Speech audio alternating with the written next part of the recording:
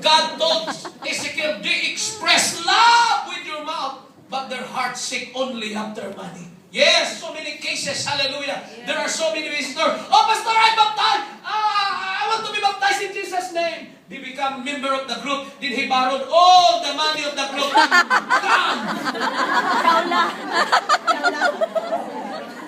Why? Their intention of their heart is just covetousness. They have the target for money, but they have no intention and motive to serve God. They have no intention to obey God. He can say, he can pretend to be sincere. He can be look like a member of the church. Look like, praise God, a revivalist in the church. But they have no intention to follow the word of God. That is why God is very serious. Our motives in our heart is very, very important.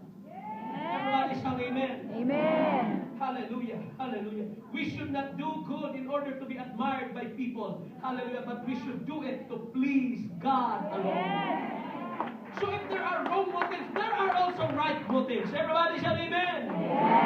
God is pleased when we serve Him simply because we want to. I repeat it again.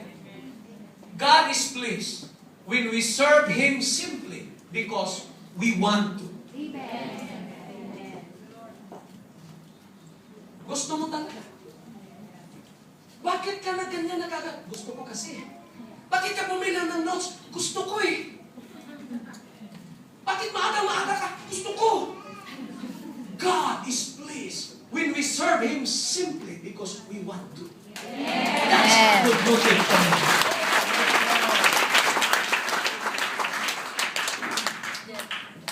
Number 2, wanting to follow in the footsteps of a godly man is a noble motive. Pastor Librado has a very good, praise God, testimony when he was in the pioneering in the Philippines. He told me he has a lot of church workers. After his preaching, these workers will run to the pulpit and get the outline. Yes. Before, when I preached before, there are some sisters who will run. Pastor, give me the outline. Xerox me the outline. Is that a good? Is it good or not? Is it good? The Bible said, wanting to follow in the footsteps of a godly man is a noble motive. When Elijah said to Elisha, what can I do for you before I am taken away? Elijah replied, please let me become your rightful successor. Give me a double portion of the anointing of God. That is a very good motive. Praise the Lord. Teach me how to pray, sister. You're the leader of the warriors. Teach me. Give me the tips. Give me some notes. That is a very noble motive. The last thing before I call an altar call this afternoon is this. In John 21:17. God wants us to feed His people out of love for Jesus.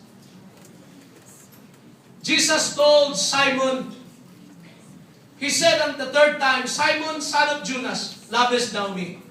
Peter was grieved because he said unto him the third time, lovest thou me? And he said unto him,